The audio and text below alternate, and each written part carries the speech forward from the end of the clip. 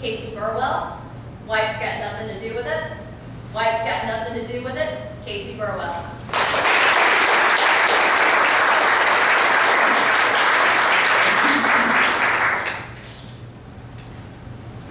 I spent the better part of the first 6 years of my life on a boat in Florida with no sunscreen. With the exception of the zinc that my mother would slather onto my nose. I spent the next 15 years of my life slathering on the baby oil, laying out in the sun, and getting blistered beyond belief. So it really should not have come as a surprise when my skin decided to rebel. It was November 2004. I was 25 years old. I was over at David's Bridal on Independence Boulevard. I was an excited bride, and I was standing in front of a full-length mirror, and I was looking at the dress of my dreams. And as I turned around to take a look at the back of the dress, it's when I saw it. No, not that, not the gray since I was a little girl, but a mole the size of a pencil eraser right in the middle of my back.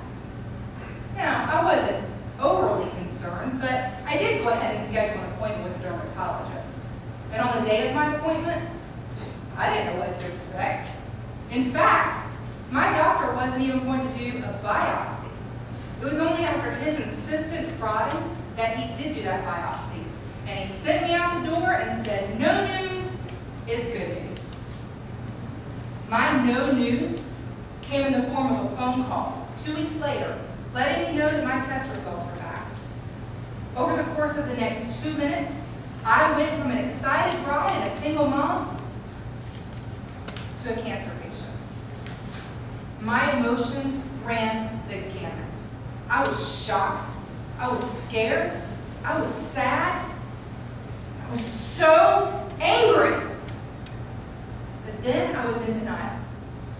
I would tell you that I had melanoma, but I didn't dare utter that dreaded C word. Perhaps it's because I didn't know the seriousness of the disease. Or perhaps it's because I didn't want to face the reality. Now, I did my research. I talked to some trusted people, and I got a game plan together. I consulted with a surgeon who agreed with my game plan and surgery was scheduled.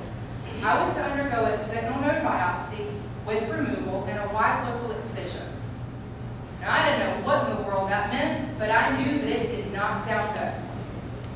I'll spare you the details, but by the end of that surgery, an area the size of a hockey puck in width and depth had been removed from my back, along with a total of 6 lymph nodes from under my arms.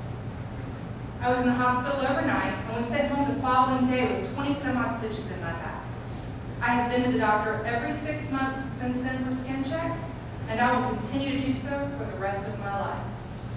I am vigilant about skin checks, but not only of myself, but for you as well.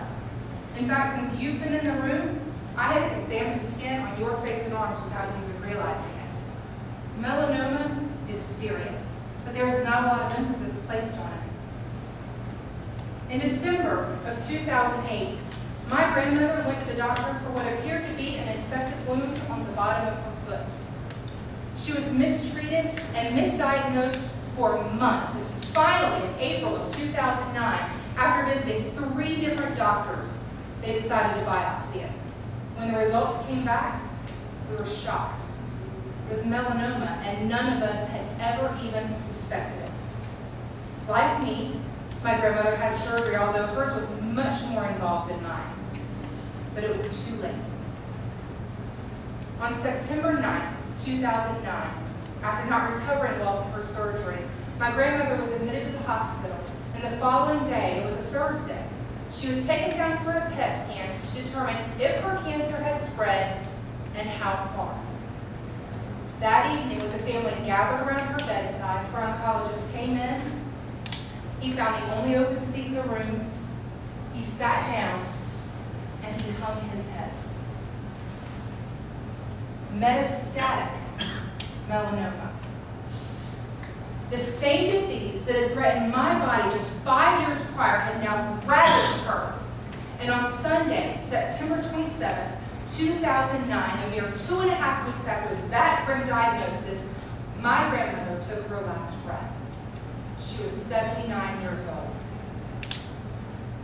Melanoma affects people of all ages, all races, all economic levels, and both sexes. Now I'm going to share something shocking with you. I'm white. I mean white. W-H-I-T-E. I am a poster child for melanoma. I have fair skin, I have baby blues, and I've got blonde hair. But do you know who is not a poster child? Reggae musician Bob Marley. He was black. B-L-A-C-K, black. And at the age of 36, Bob Marley passed away from metastatic melanoma. Maureen Reagan, daughter of former President Ronald Reagan, passed away in 2001 after battling the disease since 1996. Now, folks, I have every right to give in, to fly my white flag and surrender, but I don't have that in me. I am a fighter, and I invite you to join me in this fight.